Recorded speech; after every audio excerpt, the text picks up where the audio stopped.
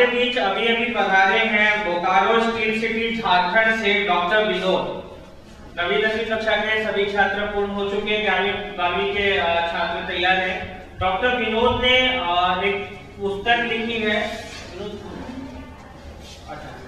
तो इन्होंने एक पुस्तक लिखी है एसेंस ऑफ गांधीयन फिलॉसफी, और आज हम एजुकेशन में बोल रहे हैं। हमारे पास दो विषय थे। पहला विषय था भारतीय विद्यालय शिक्षा पद्धति कितनी कारगर, दूसरा विषय है भारत की अर्थव्यवस्था में शिक्षा का उच्च शिक्षा का निजीकरण, कभी सुनहरा अवसर कभी विडंबना। तो हम विनोद जी से आग्रह करेंगे कि डांस पर पधारें और बच्चों को 5 मिनट का आशीर्वचन दें, जिसके बाद फिर हम कक्षा 11वीं 12वीं की प्रतियोगिता का आरंभ करेंगे। श्री विनोद जी।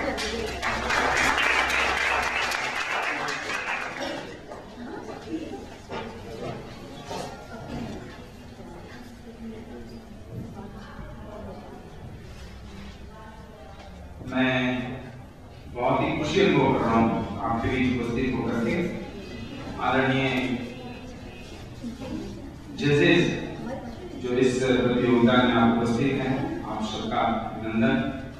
ये संस्था जो इतना सुंदर कार्य कर रही है और इतना नाम भी इसका बड़ा सुंदर है, और इस सुंदर नाम और इस सुंदर काम, सुंदरता का सुंदर करे रामचरितमानस में लिखा है। तो इतना सुंदर नाम, इतना सुंदर काम, आप सभी ऑफिस डियर को बहुत धन्यवाद करता हूँ, और सभी प्यारे बच्चे और उनके शिक्षक शिक्षिकाएं जो यहाँ आई हैं, सबका अभिनंदन करता हूँ। This is just a coincidence that I am here. एक हमारा ग्रंथ अभी प्रकाशित हो रहा है, और उस ग्रंथ के प्रकाशन और राष्ट्रपति महोदय और अलग अलग जो दिल्ली आपकी देश की राजधानी है, जो यहाँ बड़े बड़े विद्वान और राष्ट्रीय जो संस्थाएं हैं, जिसमें हमारा ये गांधी पीस फाउंडेशन, तो इन सबसे मैं आया हूँ मिलने, अपने पुस्तक के इंप्रेशन प्राप्त करने के लिए, मैसेज प्राप्त करने के लिए। इसी तरह से आपके साथ हमारी भेंट हुई। तो ये बड़ा सुंदर विषय है बच्चे, आधुनिक शिक्षा जो आप पढ़ रहे हैं और पिछले 15-20 वर्षों से हम लोग पढ़ा रहे हैं। तो इसके फीचर्स को आप देख रहे हैं। फीचर्स जो भी है आपके आंखों के सामने है। सुंदर सुंदर पढ़ाइयाँ हैं, इसके डिफरेंट एस्पेक्ट्स, शिक्षा के जो विभिन्न जो आयाम हैं, डिफरेंट जो फैसेट्स हैं, सब आपको प्रदान किए जा रहे हैं। तो फिर प्रश्न उठता है कि आज हमारा राष्ट्र और आज हमारा समाज जहां खड़ा है, और इसमें जो विद्रुप चेहरे क्यों? तो इस सबके लिए हम सब लोग एक सजग राष्ट्र, सभी लोग पढ़े लिखे लोग हैं, हमें इंट्रोस्पेक्शन, आत्मनिरीक्षण करने की जरूरत। दिल्ली में पिछले दिनों जो शर्मनाक घटनाएं हुई हैं, जिससे संपूर्ण राष्ट्र और संपूर्ण मानवता शर्मसार है, ऐसी घटना क्यों हुई? अभी हमारे बच्चों के सामने मॉडल है आईआईटीएन लर्निंग। पहले बच्चे मैं आपको बताऊं कि इस वर्ष का रिपोर्ट है कि हमारे 10 आईआईटीएन ने सुसाइड की। पूरे वेस्ट माने यूरोप, अमेरिका में सुसाइडल टेंडेंसी बढ़ती जा रही है। धान्य की कमी नहीं है। There is wealth and prosperity everywhere. बच्चे पढ़ लिख करके जो डिग्रियां प्राप्त कर रहे हैं, तो वो हो रहा है कि नहीं हमें 10 लाख का पैकेज मिला है, तो 20 लाख का पैकेज मिला है। तो जब इतनी सुंदर चीजें हैं, इतने रुपए पैसे हैं, तो फिर ये सुसाइडल और इतने जो विद्रुप घटनाएं ये क्यों हैं?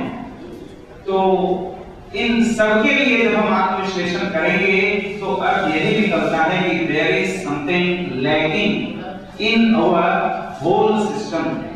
बच्चे को हम साइंस एंड टेक्नोलॉजी तो पढ़ा रहे हैं, डिफरेंट एस्पेक्ट्स को पढ़ा रहे हैं, लेकिन जिसे वैल्यू कहा जाता है, जिसे मानवीय मूल्य कहा जाता है, जो मनुष्य बनाने के जो संस्कार हैं, वो हम क्यों नहीं पढ़ा रहे हैं? हम ये क्यों नहीं पढ़ा रहे हैं कि बच्चों, हमें कहा जा रहा था कि मातृवत परदारेषु, सभी महिला, सभी लड़की, हम लड़के को ये क्यों नहीं पढ़ाते हैं कि तुम्हारे साथ में जो पढ़ने वाली लड़की है वो तुम्हारी बहन है? ये हम क्यों नहीं सिखाते हैं? मातृवत परदारेषु, जो हर एक स्त्री मां के समान है, अगर ये शिक्षा पढ़ाई जाती तो आज जो विद्रोह घटनाएं हैं वो क्यों हुई? पहले बच्चों, हमारे पूर्वजों ने एक बड़ी सुंदर वाक्य लिखा था शताब्दियों पहले। क्या लिखा था कि what is the difference between a man and A beast? मनुष्य और जानवर में क्या अंतर है? जानवर और मनुष्य सारे काम समान रूप से करते हैं। आपको पता है, सुंदर सा श्लोक है कि आहार निद्रा व्यय मैथुनम च सामान्य में तत् पशुभे नराणाम और ज्ञानो ही तेषां अधिको विशेष ज्ञाने नहीं ना पशुभे समान। अर्थ है कि आहार भोजन करना, निद्रा शयन करना, आहार निद्रा व्यय अपने से बड़े से डरना। हाँ, एक जानवर जैसे दूसरे जानवर अपने बड़े से देखेगा तो वो एकदम कितना भी वो भालू कितना भी ताकतवर हुआ तो टाइगर को देख के उसके पसीने छूट जाते हैं। तो आहार निद्रा व्यय मैथुनम जो प्रोक्रिएशन की जो प्रक्रिया है, तो ये तो मनुष्य और पशुओं में एकदम बिल्कुल 100% सामान्य है। तो फिर why this man is distinguished? तो डिस्टिंग्विशिंग फीचर है ज्ञान और संस्कार, that distinguishes human being from the beast। और मनुष्य को गंदी हरकतें यहाँ तक करता है कि वो पशु भी नहीं करता। तो अभी मूल्य आधारित शिक्षा की जरूरत है। ये बड़े दुर्भाग्य की बात है बच्चे कि देश हमारा स्वतंत्र हुआ, एक से एक ज्ञान, एक से एक विकास हमने किया, लेकिन यूनिवर्सिटीज में और स्कूलों में ये नहीं पढ़ाया गया, चरित्र नहीं बताया गया। उसको कहा गया कि अगर रामायण पढ़ाएंगे, अरे ये तो हिंदू धर्म की चीज है। तो किसने कहा कि आप रामायण केवल राम का चरित्र पढ़ो? राम एक आदर्श पुत्र है, एक आदर्श पिता है, एक आदर्श पति है, एक आदर्श राजा है। वो डॉक्टर इकबाल ने तो कहा था कि है इस देश में हुए हैं हजारों मगर सरिस्त, गुलशन है जिसके जन्म से दुनिया में रामेंद्र है। राम के वजूद में हिंदुस्तान बना, पहले नजर समझते हैं उसको इमामेंद्र। तो ये चरित्र अगर बताया जाता तो ऐसी जो शर्म जिससे मानवता शर्मसार हो गई है वो घटनाएं बिल्कुल नहीं होंगी और राष्ट्र में एक बार पुनः गौरव के साथ वो खड़े होंगे। तो चरित्र शिक्षा का मतलब केवल कोई रामायण ही नहीं पढ़ाना, वो मोहम्मद साहब के जीवन की जो सुंदर चीजें हैं उसको हम पढ़ाएं। क्राइस्ट के जीवन की जो सबसे सुंदर जो सर्वोत्तम माउंट जो मानवता की शिक्षा ली है उसे क्यों नहीं पढ़ाएंगे? गुरु नानक देव जी की मानस की जात सब है कि इस सभी शिक्षाओं का एक ऐसा सुंदर समाहार जहां मनुष्य हिंदू मुस्लिम सिख ईसाई न होकर के एक अच्छा मानव बने और उसे वैल्यू मिले, वैल्यू मतलब संस्कार मिले, इसकी जरूरत है। तो ये अगर हम इंट्रोड्यूस कर पाए तो बाकी छोटी छोटी चीजें तो बहुत ही गौण है, वो all these things are secondary. और ये सारी जो ये जो रोजगारोन्मुखी शिक्षा, जो वोकेशनलाइजेशन ऑफ द एजुकेशन, ये सारी चीजें अगर दी जाएं तो हम पढ़े लिखे लोगों की जो फौज खड़ी कर रही है आधुनिक शिक्षा पद्धति, ये क्यों होगी? हम जब पढ़ लिख जाते हैं, बच्चा जब इंजीनियरिंग कर लेता है तो उसे हल चलाने में और वो कारपेंटर का काम करने में उसे शर्म अनुभव होता है। मैं तो देखता हूँ कि कितना सुंदर कारपेंटर, कितना सुंदर कलाकार होता है। ब्लैक स्मिथ जो होता है लोहा, सभी इंजीनियर के पूर्वज तो लोहार है। तो वो जो कार्य है कितना सुंदर कार्य है, और जो सूत का काम करने वाला कितना बड़ा चरण शिल्पकार है, उसके सारे किसी भी कंपनी का जो बड़े से बड़े जूता निर्माता उसके सामने फेलियर है। तो ये जो वोकेशनलाइजेशन ऑफ एजुकेशन दिस में काइंडली बी इंट्रोड्यूस्ड। तो इस तरह से प्यारे बच्चे, आप जानते हैं कि बड़ी सुंदर जो पंक्ति आती है रामायण में, हरि अनंत हरि कथा अनंता, ये अनंत है। This is as broad as the Indian Ocean, as broad as the Pacific ocean.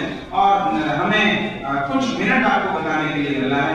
तो ये चीजों को हमारे एजुकेशनल करिकुलम में इंट्रोड्यूस किया जाए, इसके बाद पुनः भारतवर्ष एक गौरवशाली जो ज्ञान का गुरु और वो सोने की चिड़िया बनेगा, ये तो दिखलाई पड़ना शुरू हो गया है। अभी विश्व में भारत का जो स्थान है, अगर ये सारी चीजें अगर हमने चरित्र को अगर इंट्रोड्यूस किया तो हम निश्चित रूप से विश्व के गुरु बनेंगे। आपको बहुत बहुत शुभकामनाएं।